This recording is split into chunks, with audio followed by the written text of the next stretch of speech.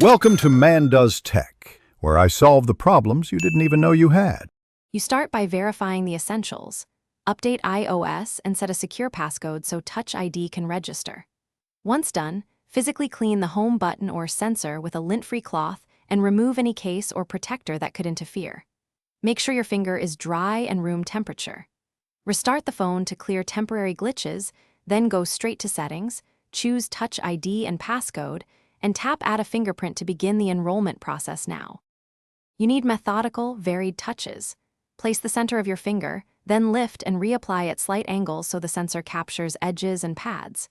Use light, steady pressure, not too hard, and slowly move between scans because Touch ID builds a composite.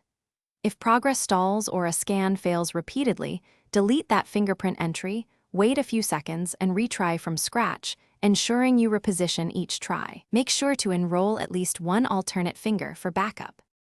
Once enrollment reaches completion, toggle Touch ID options for iPhone Unlock, App Store purchases, and Apple Pay so the feature is active where you need it. Test by locking and unlocking several times and trying a secure purchase. You should get immediate recognition. If you still see unable to complete setup, make sure there's no moisture, then reset all settings to clear hidden conflicts.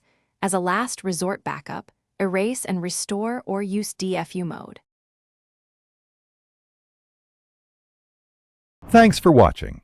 If you found this helpful, don't forget to like and subscribe.